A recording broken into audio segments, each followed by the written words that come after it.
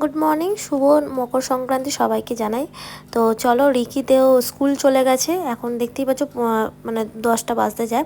আর এদিকে বাজার টাজার করে একদম মাছ ফাছ এনে একদম রেডি। তো মাসি রান্না করবে। আর একটা জিনিস ছোটোবেলার স্মৃতি মনে পড়ে গেলো, এই কেকে খেতে ছোটোবেলায় একটু কমেন্টে জানিও, ঠিক আছে? আজকে মেনু